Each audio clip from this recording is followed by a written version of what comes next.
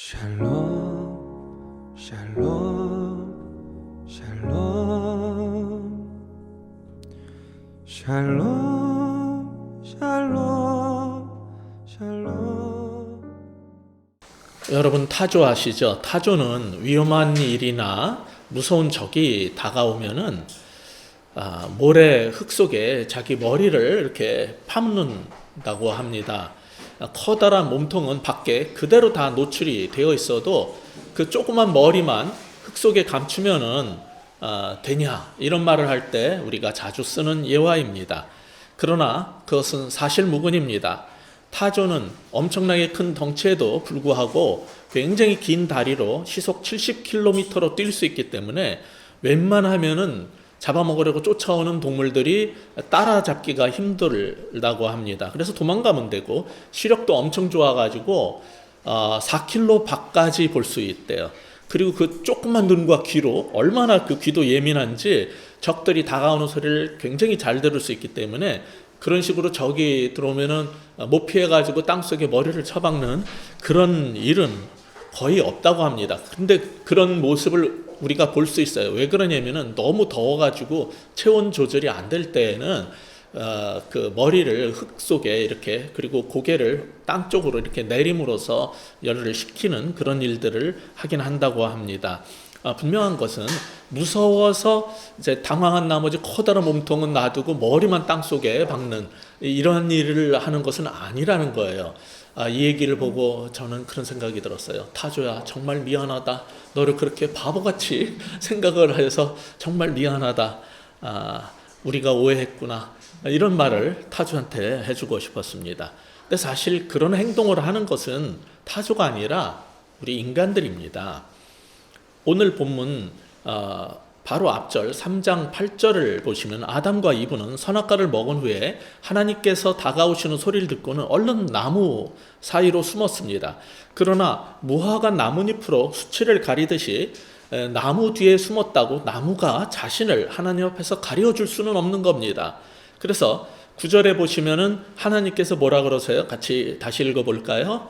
여호와 하나님이 아담을 부르시며 그에게 이르시되 내가 어디 있느냐.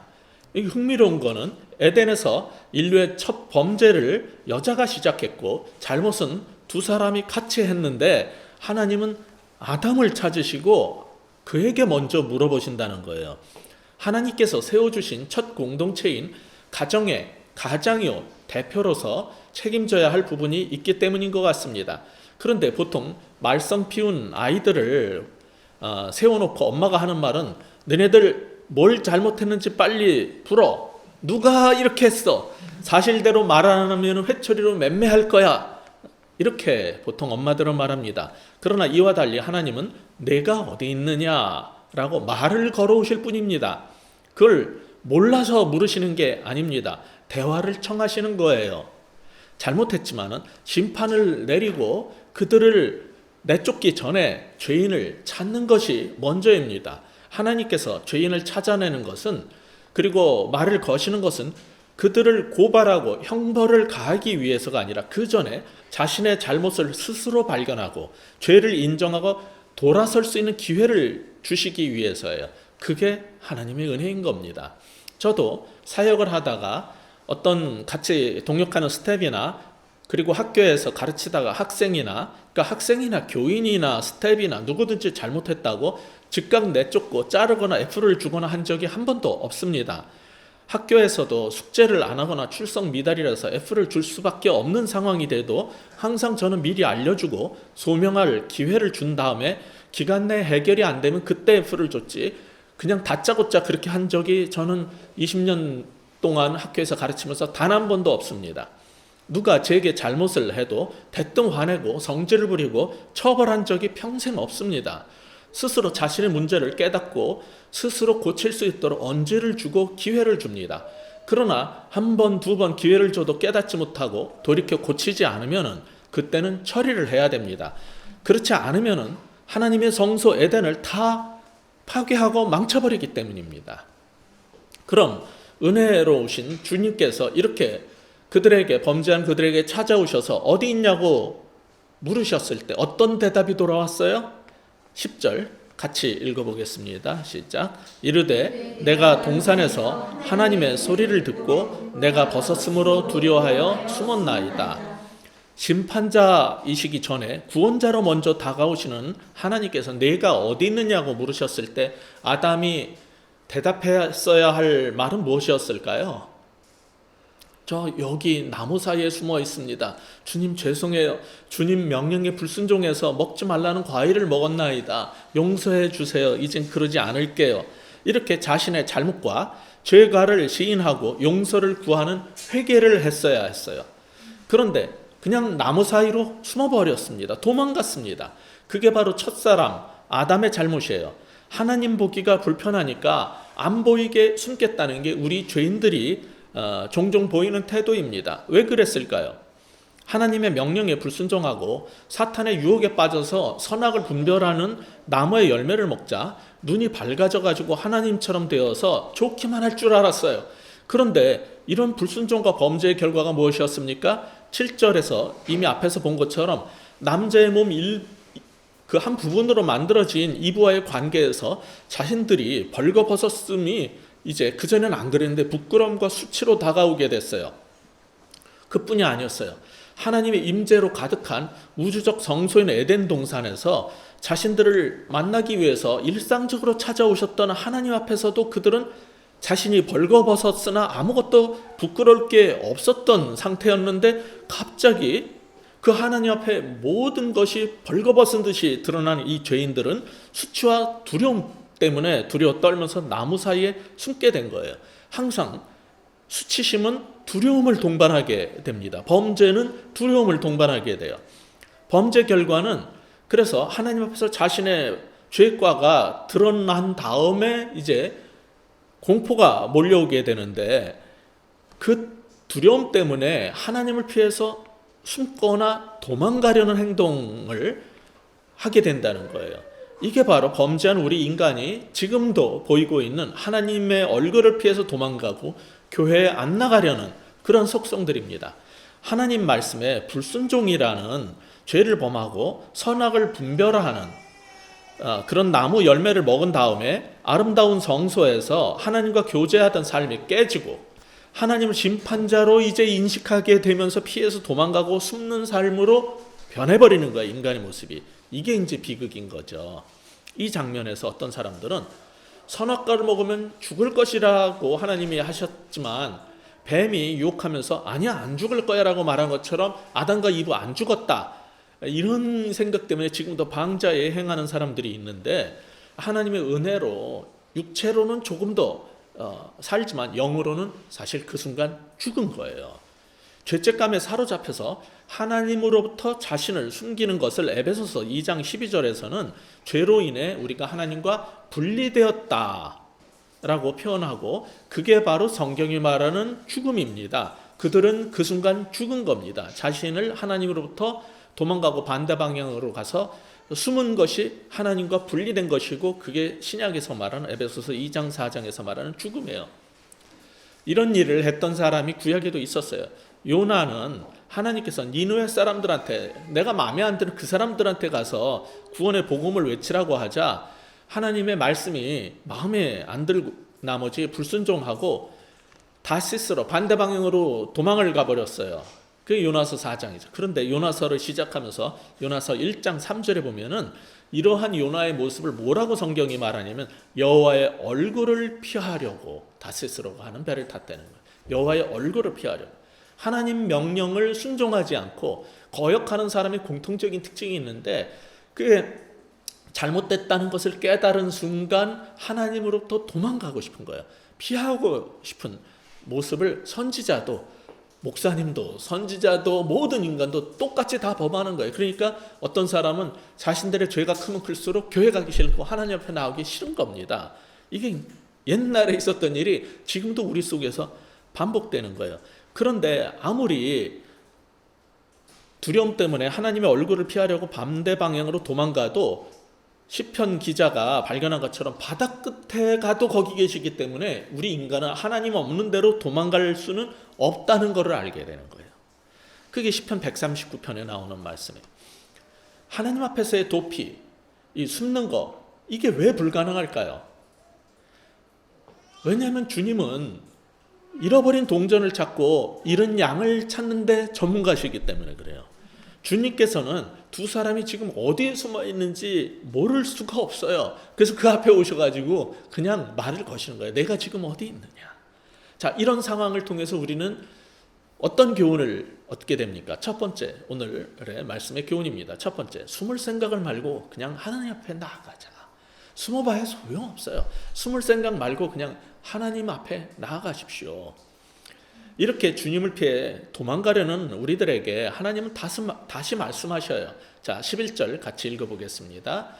성경 11절을 펴서 같이 읽겠습니다. 시작.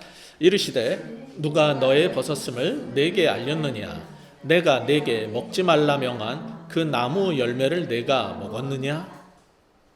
누가 내게 말해줬냐고 하나님이 물으시면은 그거 몰라서 묻는 것도 아니거든요. 그러면 아담은 뭐라고 대답을 했어야 했어요? 뻔한 겁니다. 누구 어떻게 알게 됐다. 그 다음에 벌거벗음을 누가 알렸냐라고 질문하신다면은 하나님께서 먹지 말라던 그 선악과를 먹었더니 갑자기 그렇게 되네요. 이렇게 대답을 하든지, 게다가 11절 마지막에서 내가 먹었느냐? 이렇게 물어보시면 예, 제가 먹었습니다. 이렇게 고백하면 되는 거예요. 근데 아담이 뭐라 그랬어요? 12절 같이 읽어보겠습니다. 아담이 이르되 하나님이 주셔서 나와 함께 있게 하신 여자 그가 그 나무 열매를 내게 주므로 내가 먹었나이다. 네가 먹었냐? 그러면 뭐라고 대답해야 돼요? 네, 먹었습니다. 안 먹었으면 아니요, 안 먹었습니다. 그러면 끝나는 거예요. 근데 솔직하게 죄를 시인하신 대신 아담 할아버지는 굉장히 방어적으로 대응을 했어요. 근데 네, 먹었습니다. 그 다음에 제가 죄책감에 사로잡혀가지고 무서워서 도망치려고 했습니다.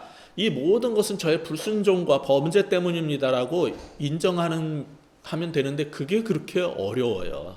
우리도 그렇지 않습니까? 뭘 잘못하거나 하면은 그 사실을 그대로 인정하는 게 그렇게 어려워요. 게다가 아담은 뭐 때문에 그렇게 됐냐라고 이렇게 핑계를 대는데 여자 때문이라는 거예요. 치사하게 여자 핑계를 대는데 여자가 줘서 먹었습니다라고 책임을 전가를 하는 거예요. 그런데 그렇게 여자한테 책임 전가를 하고 비난을 하기 전에 저도 먹고 싶은 욕심에 사로잡혀서 먹었습니다. 죄송해요. 이러고 시인하고 그냥 회개하면 되는 거였어요. 우리도 살면서 이런 문제에 부딪힐 때가 많아요. 근데 그 당시에 막 그렇게 핑계를 대고 부인하고 나가지고 오랜 시간이 지나고 나면 그때 그냥 솔직하게 말해버릴 걸 왜 그거를 계속 지금까지 끌어안고 내가 살아야 되나 후회가 될 때가 있잖아요. 그리고 그때 솔직하게 말 못한 게 그렇게 자기 자신이 부끄러워질 때가 있단 말이에요. 그러니까 우리가 그런 식으로 살면 안 되는 거예요. 그게 다 첫사람 아담의 그런 속성들을, 습성을 우리가 반복하는 거죠. 그런데 아담은 단순히 여자 핑계, 여자에게만 책임 전가를 한 게 아니에요. 뭐라 그럽니까? 사실 그 말을 하면서 그 여자를 나와 함께 있게 하나님이 주셔서 그랬다는 거예요. 결국 누구한테 책임 전가라는 거예요? 이거 하나님 때문이라는 거예요. 우리는 남자가 어떻게 째째하게 치사하게 여자한테 핑계 대느냐 그러지만은 아담은 한술 더 떠가지고 여자가 줘서 그랬어요. 그런 다음에 근데 그 여자 하나님 당신이 내게 주셔서 그런 거 아닙니까? 이 얘기를 한 거예요. 하나님 때문이라는 거예요. 범죄하고 도망을 갔다가 잡히면은 신문을 받잖아요. 그러면 항상 다른 사람 핑계를 대요. 근데 그게 안 통한다는 걸 알게 되면은 최후에 되는 핑계가 뭐냐면 지금도 범죄자들이 신이 나를 이런 상황에 빠뜨려서 그랬다는 거예요. 그러면서 하나님을 원망하고 자신의 행위를 정당화하려고 듭니다. 이게 죄인들이 보이는 습성이에요. 문제는 우리 모든 인간에게 하나님께서는 찾아오셔서 말을 거셔요. 죄를 고백하고 돌이킬 기회를 주는데 사람들은 자신의 문제를 모르는 경우가 많습니다. 사람들은 자신이 잘못된 점만 인정하고 그냥 시인하고 고치기보다는 오히려 그것을 지적하는 하나님께 또는 그것을 말하는 선생님에게, 목사님에게, 어떤 사람에게 오히려 화를 내고 나는 아무 문제가 없는데 억울하다고 그러면서 자기를 합리화하고 주변 사람에게, 다른 사람에게 이거 내가 잘못한 게 하나도 없는데 다 목사님 때문이고 이거 우리 사장님 때문이고 이거 우리 선생님 때문이고 이게 다 문재인 때문이라고, 심지어는 신 때문이라고 그렇게 떠벌리고 다녀요. 저도 자신들이 원하는 대로 다 제가 해주지 않으면은 처음엔 좋다고 그러다가 나중에는 자기네들이 잘못하고도 나를 비난하는 것을 굉장히 여러 번 겪었어요. 자신들의 잘못으로 문제가 생겨도 항상 목사님이 문제다. 교인들은 그렇게 말하고, 학생들은 항상 교수님이 잘 안 가르쳐서 그렇다. 분명히 말을 하고 공지에도 올려놔도 딴짓을 해놓고 결국 교수님이 안 가르쳐서 이랬대요. 국민들은 항상 정권 문제고, 그래도 안 되면 이 모든 환경을 만드신 신의 문제라고 그럽니다. 그러니까 에덴 동산 안에서나 지금이나 범죄 후에 내가 어디 있냐고 찾아오시고 말 거시는 하나님 앞에 자신을 나무 뒤에 숨기고 상대편을 비난하다가 나중에 하나님을 비난하는 이런 아담 이브의 속성은 계속 반복되고 있는 거예요. 이걸 보면서 아담 이브를 욕할 게 아니라 우리 자신을 돌아봐야 되는 겁니다. 이런 모습을 보면서 하나님 보시기에 얼마나 속이 상하시겠어요. 그러므로 오늘 본문에서 우리가 배울 수 있는 두 번째 교훈, 남을 탓하지 말고 내 잘못을 인정하자는 겁니다. 숨을 생각 말고 하나님 앞에 나아가세요. 그리고 걸리면 남 탓하지 말고 그냥 자기 잘못을 인정하면 됩니다. 그게 우리가 변화될 수 있는 길이에요. 그런데 이제 공범 아담의 이런 태도를 보고 하나님은 이제 주범 이브한테 물으십니다. 13절 우리 같이 읽어보겠습니다. 시작. 여호와 하나님이 여자에게 이르시되 내가 어찌하여 이렇게 하였느냐. 여자가 이르되 뱀이 나를 꿰므로 내가 먹었나이다.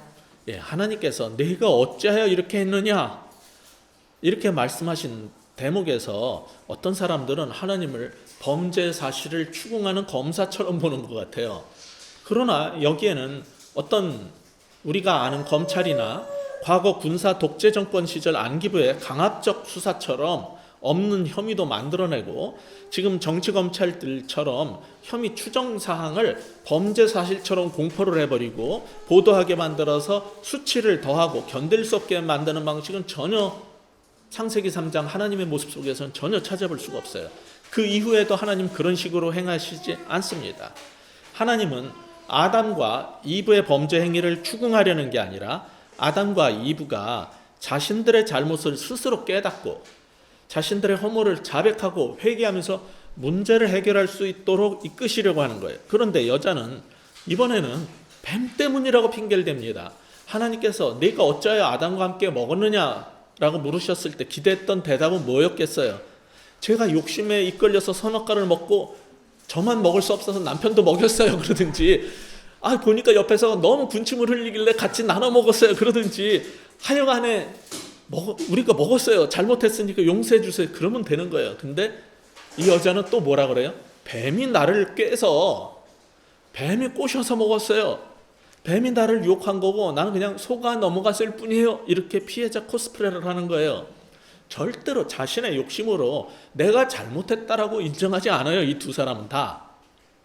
자신의 잘못을 인정하고 용서를 구하는 대신 남자는 여자 핑계를 대고 그 다음에 그게 안 통하면 하나님께 책임 전가를 하고 여자는 뱀에게 책임 전가를 하면서 사탄에게 책임 전가를 하면서 자신의 잘못을 인정하거나 회개하지 않습니다. 이번 총선을 앞두고 저는 여러분에게 어느 당을 지지하고 누구를 뽑아야지 살고 아니면 이 나라가 망한다는 식의 어떤 목사들이 예배 중에 절대로 해서는 안 될 행위, 즉 자유로운 선거에 영향을 줄 수 있는 그야말로 정치적 편향성을 강요하는 발언을 하지 않았습니다. 어떤 공권력의 통제나 압력도 없이 심지어 많은 사람들이 대통령을 비난하고 막말을 해도 지나치게 느껴질 만큼 제재하지 않은 이 대한민국 정권 역사상 유례가 없는 자유민주주의 환경 속에서 국민의 뜻이 이렇게 표출된 선거 결과를 보고도 근데 어떤 사람들은 자신들이 왜 패했는지 그토록 자신들만이 옳고 나라가 망하게 됐다면서 구국의 열사처럼 행동을 하고 막말을 쏟아내고 증오와 분열을 조장했던 이러한 정치 습관에 대한 근본적 고찰도 돌이킴도 없는 모습만 반복하고 있어요. 그런 모습을 보면서 저는 이전보다 더욱 실망하게 됐어요. 그 사람들에 대해서. 오히려 이렇게 대패를 하게 되면은 문제점이 정말 뭘까를 고민을 하고 자기 파괴 수준의 변화를 해야 하는데, 그런 것보다는 상대편 진영을 더욱 미워하고 패배를 코로나 바이러스 탓이나 하고 공천위원장 때문에 잘못됐다라는 식으로 하고 당대표 때문에 잘못됐다. 그것도 안 되면은 구시대의 부정선거 프레임을 가지고 나와가지고 다시 선거가 이게 부정선거다 이런 식으로 몰아가려는, 즉 책임 전가와 핑계만을 대는 모습을 보면서 이제는 더 이상 어떤 기대도 저는 갖지 않게 됐어요. 누구나 실수를 할 때도 있고 누구나 넘어지기도 합니다. 그러나 그때 일어나서 달라지고 이전보다 나아지면 되는 거예요. 성경에 나타난 하나님은 완벽한 천사만 천국에 보내시는 게 아니라 아브라함 같은 거짓말쟁이, 범죄자, 모세 같은 살인자, 다윗 같은 우리가 생각하는 간음자, 바울처럼 사람들을, 죄 없는 사람을 잡아다가 감옥에 넣고 죽인 이런 일을 했던 사람도 다 돌이키기만 하면은 용서하시고 주의 일에 써주시던 분입니다. 그렇기 때문에 우리는 그분을 은혜로우신 자비와 긍휼이 많으신 하나님이라는 것을 잘 알고 있어요. 이렇게 하나님은 불순종하고 자신을 피해 숨는 사람들에게 먼저 찾아가셔서 그들을 불러서 돌이킬 기회를 주시지만 우리는 그 기회를 찾지 않는 거예요. 지지난주에 봤던 본문 6절을 보면은 인류 타락 문제를 오직 이게 뱀에게만 전가할 수 없음을 우리가 알게 됩니다. 6절을 보시면은 여자가 했던 행동을 3개의 동사로 연이어서 말해요. 여자가 그 선악과를 보았다. 2번째, 여자가 그것을 따먹었다. 3번째, 여자가 남편에게 주었다. 즉 여자는 점점 적극적으로 이 범죄 행위를 스스로 강화시켜 나가는 그 동작을, 행동을 3개 동사로 말하고 있어요.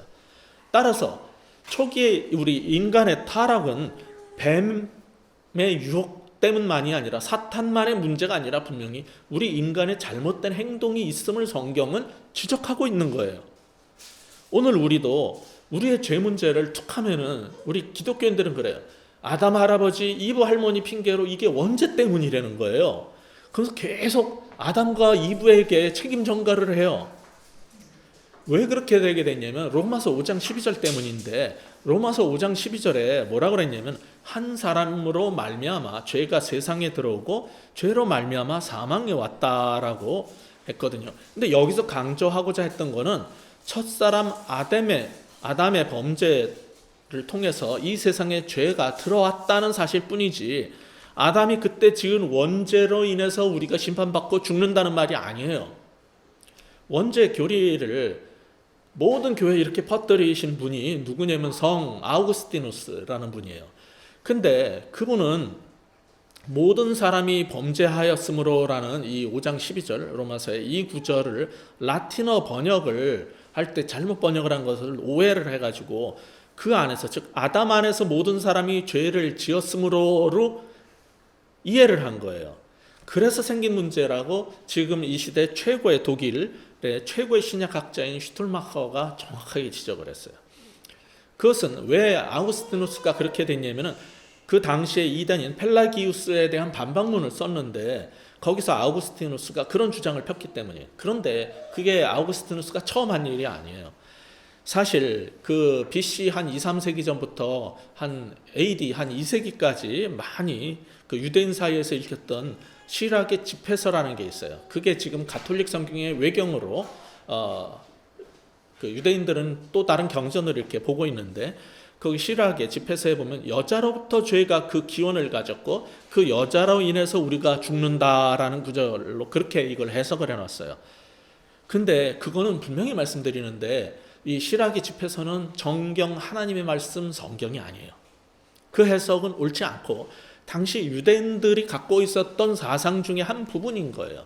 왜냐하면 동시대에 있었던 또 다른 외경 중에 바룩의 묵시록을 보면 아담이 원인이 아니다, 우리 각자는 자기 자신의 영혼의 아담이다라는 게 동시에 있었기 때문에 그것이 아까 얘기했던 여자 때문에 우리가 원죄로 이렇게 됐다는 것이 모든 해석의 한 가지 방향이 아니었다는 걸 우리가 알 수 있기 때문입니다.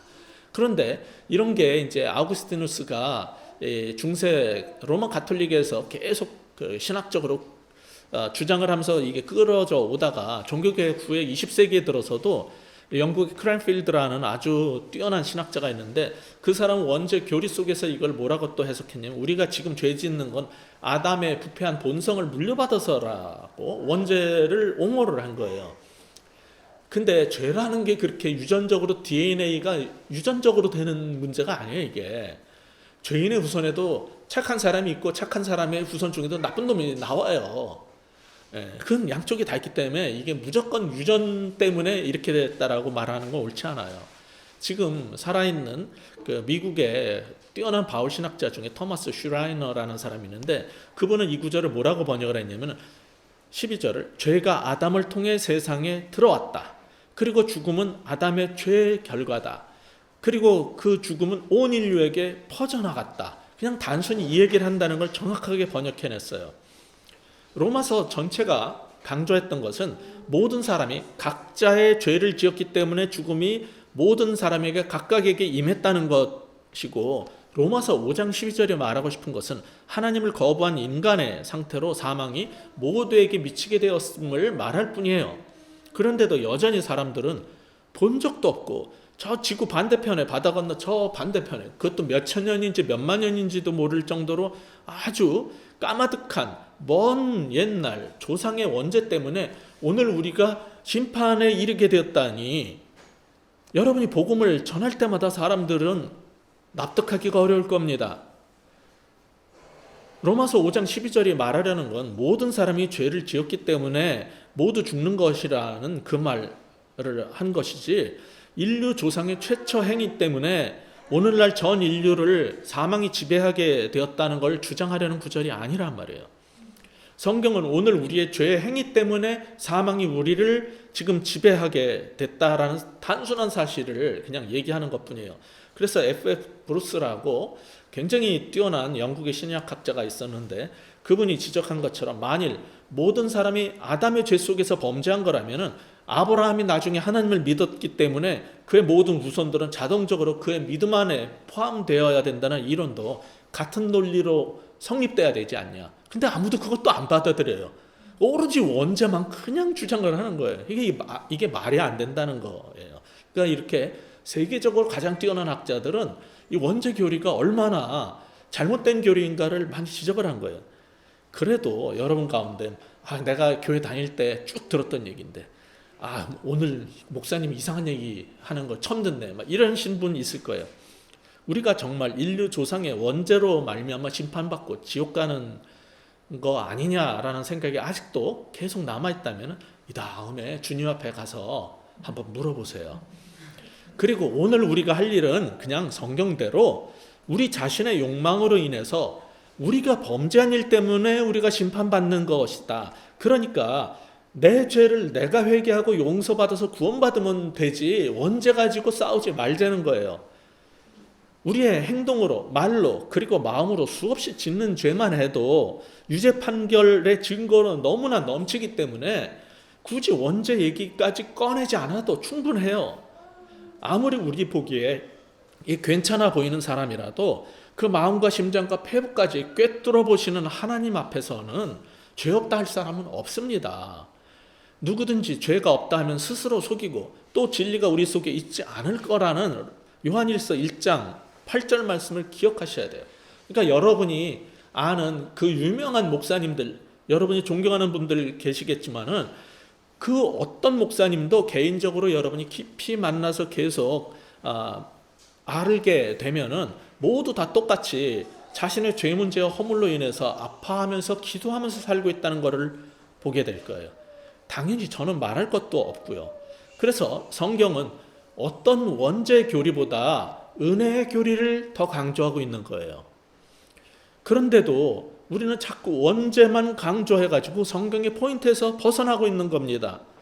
아까 말씀드린 것처럼 사실 훌륭한 신학자들은 이미 원죄 교리를 다 폐기했지만 폐기하고 나면 얼마 지나지 않아서 그 교리를 목사님들이 또 뒷문으로 들여온다라고 앤티 라이트 같은 이 시대의 최고의 학자는 지적을 했어요.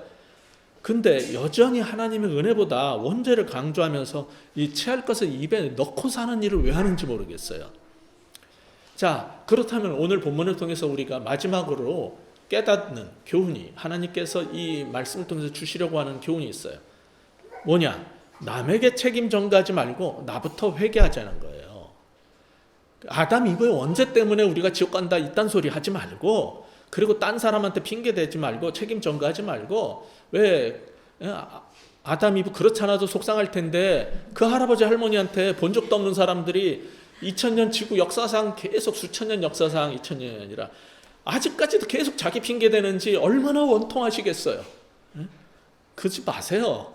왜 그렇게 살아요? 그리스도인이라는 사람들이. 자, 오늘 본문의 첫 번째 교훈. 숨을 생각을 말고 하나님 앞에 나아가자. 찾아오시면 나아가세요. 둘째, 남 탓하지 말고 내 잘못을 인정하자. 셋째, 아담 이브에게 원죄 뭐 이런 거 남에게 책임 전가하지 말고 그냥 나부터 회개하면 된다는 겁니다. 오늘 본문은 하나님께서 바람 가운데 다가오실 때 우리는 그냥 죄를 시인하고 회개하면 되는데, 아담과 이브는 자신의 죄를 서로에게 전가하다가 그 다음에 사탄 탓도 하다가 하나님 탓도 하는 이런 정말 철저한 죄인이라는 모습을 적나라하게 그냥 보여줬어요. 게다가 현대인들도 내가 하지도 않은 일로 인해서 우리가 지옥 가야 되느냐, 그런 게 기독교 교리냐, 그게 사랑의 하나님이 하시는 일이냐라고 항변하게 만들어 놓고 이러한 원죄 교리에 스스로 갇혀가지고 대답도 못하고 살아요. 전도할 때도 너무 힘들고. 하나님 앞에서 죄 없다라고 말할 수 있는 사람은 없습니다. 그건 우리 자신이 저지른 자명한 죄와 잘못이 있기 때문이에요. 이런 걸 가지고 남 탓, 나라 탓, 대통령 탓, 전염병 탓, 그러다가 마지막으로 신에게까지 책임을 전가하고 싶어하는 이런 죄인의 모습에서 우리가 벗어나야 됩니다. 이런 와중에서 과연 어떻게 사는 게 바른 길일까요? 이번 총선에서 선거에 대해서 제가 말을 안 했지만 끝났기 때문에 이제 자유롭게 말할 수 있어요. 이번 총선 후보 중에서 가장 피말리는 접전 끝에 낙선한 후보가 누구냐면 인천 미추홀구에 출마했던 그 남영이라는 더불어민주당 후보였어요. 저도 밤 11시까지 계속 그 보면서 내가 사는 수지에 그냥 엎치락 뒤치락 하는 거 보다가 그냥 11시가 넘어서 그 다음날 이제 학교 또 가야 되니까 그냥 끄고 잘 때 분명히 미통당 후보가 당선된 거를 보고 방송에도 그렇게 뭐 거의 확정 이렇게 나온 걸 보고 잤어요. 그리고 몰랐는데 오늘 새벽 나오면서 보다 보니까 당선 사례, 그리고 더불어민주당 여자 후보가 당선 사례가 붙었고 그 사람이 제가 부족했습니다. 다음엔 더 잘하겠습니다. 이런 게 있어. 이게 어떻게 된 거야? 그러면서 제가 다시 찾아보니까 밤새 바뀐 거예요. 며칠이 지나도록 몰랐던 거예요. 그 정도로 엎치락 뒤치락 했지만은 단 171표 차이로 패한 이 남영희 후보의 선거구 사람들, 그 후원자들이 너무 이제 화가 난 거예요. 근데 인천뿐 아니라 부산에서 더불어민주당 후보가 미래통합당 후보들이라고 격전을 벌이다가 다 패했어요. 근데 아주 미세한 차이로 다 패했어요. 그러니까 이 사람들이, 지지자들이 얼마나 화가 났냐면 그게 다 유시민이 180석 얘기를 해서 패했다는 식으로 했는데, 이게 언제 나온 거냐면 선거가 끝나기 전에 미래통합당 사람들이 그 얘기를, 그 유시민 후보가 자신의 유튜브에서 어떤 사람이 댓글로 질문을 한 거에 대해서 설명을 하기 위해서 이제 잠깐 하면서 나는 이런 정도로 낙관을 한다, 전망을 이렇게 한다라는 말을 한 거를 그 사람이 옳았구나, 그래가지고 그거를 이제 언론 플레이를 한 거예요. 그래서 엄청 띄워가지고 그 보수 세력을 결집을 시키는데 써먹은 거예요. 그런데 그때까지만 해도 이제 그놈들 막 이러던 사람들이 자기네들이 패하고 나니까 이제 욕을 하기 시작한 거죠. 유시민 때문에 그랬다. 그러는데 이 남영희라는 후보가 무슨 말을 했냐면은 지금 패배 원인을 남에게 넘기려 하면 안 된다. 억울하다면은 나처럼 억울할 사람은 없겠지만 나는 눈꼽만큼도 유시민 이사장을 탓하지 않는다라고 했어요. 그가 지금까지 했던 모든 공은 이 조그만 단 한 가지 과로 말미암아 다 가려지고 그를 비난하는 것은 잘못이다, 이렇게 말한 거예요. 그래서 나는 전혀 그를 원망하지 않는다. 그 말에 감동을 받은 사람들이 그 기사를 SNS에 퍼나르기 시작을 했고, 사람들은 그 미추홀구의 당선자는 아무도 신경 안 쓰고요. 지금 이 패한 사람 얘기만 계속하고 있어요. 그러면서 어떤 사람들은 정말 멋진 사람이고 내일의 희망이다. 다음에 나오면 171표 차이로 패했지만 17만 1000표 차이로 이기도록 도와주겠다라는 격려까지 막 달았어요. 저도 이 사건을 보면서 무작정 상대 진영을 헐뜯고 남탓만 하는 세상에서 정말 보기 드문 훌륭한 분이고 그 유명한 어떤 국회의원보다 마음이 여자분인데 더 크신 분이라는 생각이 들었어요. 우리 그리스도인들은 이런 상황 속에서 주님께서 우리에게 주시는 메시지를 들어야 돼요. 창세기 3장을 통해서 듣고 지금 우리 주변에서 벌어지는 우리가 사는 세상 속에서 그래도 가장 억울하고 원통한 사람도 남 탓하지 않고 누구 탓도 하지 않고 그것은 제가 부족해서 패한 것입니다. 이렇게 말하는 사람들이 있다는 사실 속에서 하나님이 우리에게 지금 무엇을 가르쳐 주시고자 하는지 배워야 할 것입니다. 이제 주께서 우리에게 다가오셔서 기회를 주신다면 우리의 죄를 인정하고 회개하고 용서를 구하는 여러분 되시길 바랍니다. 그것이 구원에 이르는 길이기 때문입니다. 그때서야 우리는 나는 창세기 3장의 교훈을 배웠노라고 말할 수 있을 것입니다. 이런 삶을 살 수 있는 여러분 모두가 되시길 우리 주 예수 그리스도의 이름으로 축복합니다. 기도하시겠습니다.